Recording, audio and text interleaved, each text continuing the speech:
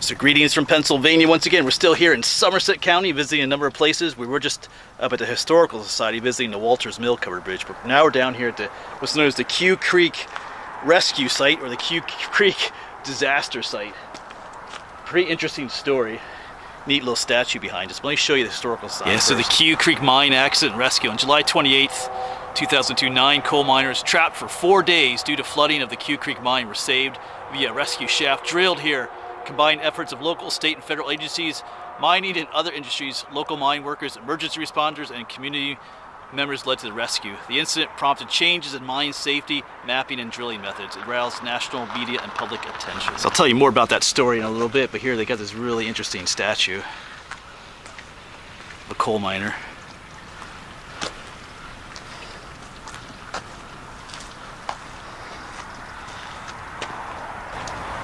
Yeah, it's a pretty cool statue, but in a little bit I'll take you down to where they have some remnants of that disaster, or that rescue down there. They show you where the shafts are that they drilled down. Yeah, that's neat. Pretty awesome detail too. I mean, you see all his shoes, the shoelaces. You can see the veins in his hand. All right, but let's I'll tell you more about what happened. But they have some information down here. Down here is where the rescue occurred. So underneath the whole area here, it's riddled with mine shafts and stuff. Let's make our way down there. I guess I don't know when the last time someone's been here. No one's walked through this snow recently.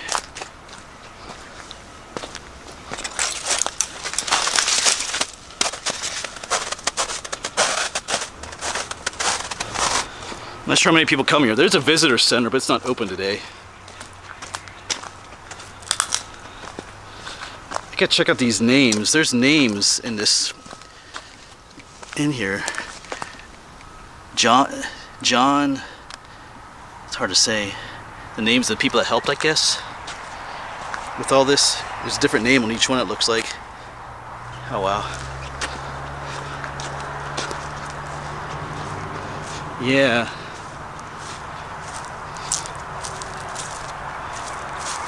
Yes, this is the shaft that they brought them up in, the rescue shaft. Actual rescue shaft for the evacuation of the 9 miners. 240 feet below this spot. Wow. Up here is the 6-inch air shaft, drilled on the 24th. That was the first shaft that they drilled down to them.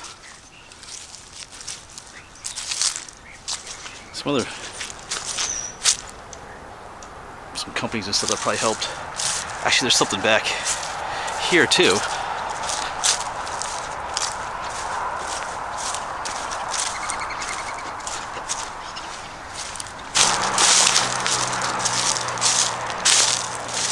Yeah, I should probably tell you more about the story, but I will in a moment. But here's the airlock, part of Plan B, to be used to maintain the air pocket if the water couldn't be pumped out. Yeah. Rescue shaft number 2 started with rescue. Yeah, this is the drill bit on shaft number 1 broke, so they started a second shaft, but they didn't need this one. They went down 150 feet. Yeah, so time to start telling you a little bit more about this story, and then maybe some of what we're seeing will make a little bit more sense. A little bit of traffic noise over there. That's Route 985. We'll just have to deal with it. Yeah, so from July 24th until July 28th, for 77 hours, I do have some cheat notes here, these men were trapped down right below where we are. So what happened, this is a fairly common accident. It was due to no fault of the miners, but there are 18 miners down below here, one in one area and one in another area. And what happened was they accidentally dug into an older mine working that was flooded. I think that mine working dated much older. And some of those older mine workings aren't mapped out as well, so they didn't really know it was there. And those older ones are filled with water. They've been flooded. And those older workings go on for miles sometimes, so that's a lot of water. So they accidentally, when they were digging in their area, they actually broke into that flooded shaft. Well, and you know what happens? All that water from those flooded mines started pouring into this one right here. So the 9 workers, I think, actually broke into the flooded section. They were able to call over to the other 9 workers to warn them what happened, and those 9 workers got out safely, but these 9 didn't make it out. Where they were working, it wasn't necessarily flat. It was kind of, the entrance was kind of sloped down. Where they were was kind of up, and it sloped down this way again. They're not always like flat. So they made it to that higher area, and that's where they stayed. They couldn't make it out the entrance because the entrance was already flooded, closed. And there was another like escape shaft that they tried to make it to, but that was flooded as well. They just couldn't make it. So they kind of hung out in that area of highest ground just to be safe. That's where they went. That's where they had to stay. And the waters just kept rising. So the 9 workers that got out were able to tell everybody what happened. So they got to work right away. You know, local, state, even the farm, the guy who owns the farm here, they all got involved right away. And they used GPS to find where the workers were, like literally right above where they were. Because otherwise it'd be very difficult to know right where they were. But that 6.5-inch shaft that we saw, they drilled that first because they needed to get air down to those workers. I mean, they were kind of trapped there in an air pocket because it was flooded at either side of them. So they used that 6.5-inch hole to put air down. They also had a pipe, maybe the air pipe itself. They could tap on that, and the miners tapped back on the pipe, so they knew that they're actually still alive. So that reinvigorated the rescue workers to get going, to keep drilling and stuff. Well, they haven't started. Well, to keep working on getting them out. They hadn't started drilling yet. They drilled that 6.5-inch hole, but they needed to drill a much bigger hole if they're going to get the guys out. So at this time, the main concern was the mine flooding. If they didn't stop that, it would have filled up even where the guys were. So they brought in, there's pumps here at the mine, I think. Those weren't enough. They brought other pumps in and bigger pumps just to get that water out. And even then, it just seemed like it wasn't enough. They felt like maybe the men only had an hour left, but at some point they got the flooding relatively under control. And plus they decided to do something kind of risky. They decided to pressurize the hole down there to create like an air pocket, put extra air pressure in there to keep the water at bay, if that makes sense. And it seems like it did work, but it can be dangerous for people, but it did work to keep the water levels from flooding. Because if you have air pressure pushing back in the waters, it'll keep it from rising more. So they did that. But they needed to get a bigger drill here. And there was one from West Virginia, down at Clarksburg, West Virginia. A big, like 30-inch drill, big enough to get people out of. So yeah, they got that. They brought that up from West Virginia. Yeah, I know they started drilling. Talk about the first hole. They started drilling, but the drill bit broke at some point. Where was it? I have my notes here. If you look, I think they reached about 105 feet down, and then it broke. The drill bit was actually stuck in the ground down there, and they needed a special tool to get it out.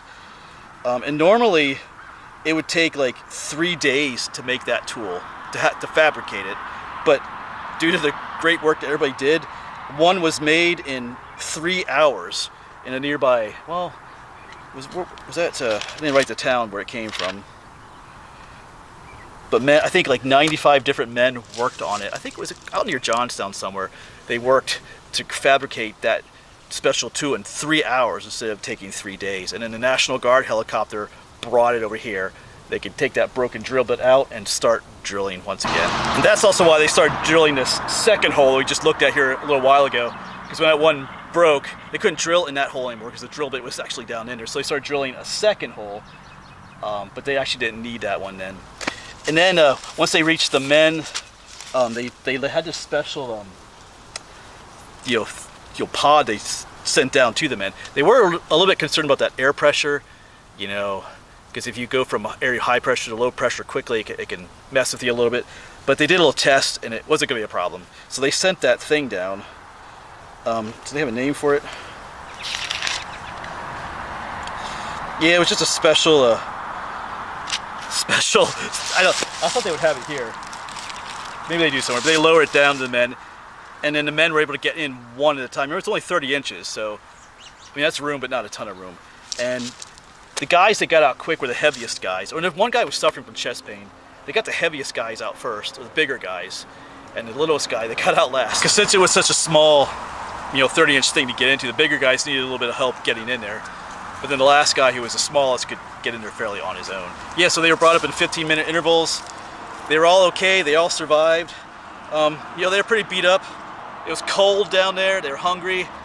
I guess they could have drunk the mine water, but that's pretty nasty stuff. But yeah, it's a general that's a brief summary of what happened here. Like if you want to learn more details and more of the names involved, you can go online and read that for yourself. So let's look at some of the stuff again. Some of what we're looking at might be a little more sense. Yeah, so here's this thing again. That's right where I was talking to you. This is part of Plan B. The first, things didn't work out. This is remember I mentioned that air pocket, that pressurized air? This is going to be used to maintain that air pocket if the water couldn't be pumped out, but they didn't. I don't think they needed it anyway then. And up here's that second shaft that they started to drill when the first one broke. But of course they got that replaced, so they stopped drilling here. They didn't need this one.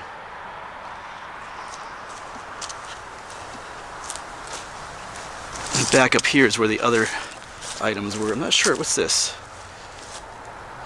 It just says Quecreek. I'm not entirely sure what this is. It's not labeled in any way. It just says in memory of Brian Gindelsberger. His ideas inspired this project. So yeah, I'm not sure what this is. Maybe an example of what the mines look like. But yeah. So here's the mine. Here's the first shaft that they were drilling, where the drill bit broke when they were 105 feet down. But then they, miraculously, all those guys worked together for that tool that was needed. They could continue drilling, get the old drill bit out, get the new one in there. So you're 240 feet down. That's a ways. And then over there was that little initial 6-inch air shaft that they put down. So cool story. So this one has a happy ending, but not all of them do. Back on my side of the state, there was a disaster called the Porter mine disaster, where something very similar happened. The miners were digging, they broke into an older flooded mine, and they didn't make it. The mine flooded so quickly and they didn't survive. I think there was about 9 of them in that one, and they didn't make it. So I went to a memorial service for that one at the site, which is pretty interesting because some of their wives and children were at that little memorial service. That was interesting. So yeah, this one ended well, but they don't all do. But I really like this statue.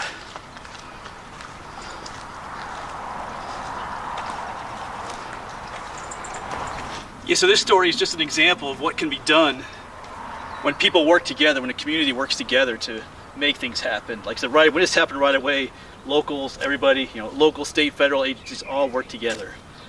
Like when they built that one tool, normally it would take 3 days, they did 3 hours, so great things can be done when people work together to get something done. So it's a cool story. All right, and a cool statue. Honoring coal miners all over the place. All right, but thank you for coming along with me. Thank you for watching this video. Like I said, if you want to learn more about it, some of the more details, you can go online and read about it. There's a whole lot more about names and little, technical details I left out. All right, but as always, thanks for coming along. Hopefully we'll see you on the next one.